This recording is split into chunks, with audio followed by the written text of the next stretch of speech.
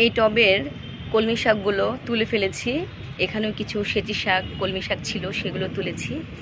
এই যে আজকে কিছু কলমি শাক সেচি শাক তুললাম। আর এই টবে মাশাআল্লাহ অনেক সেচি শাক হয়েছে। এই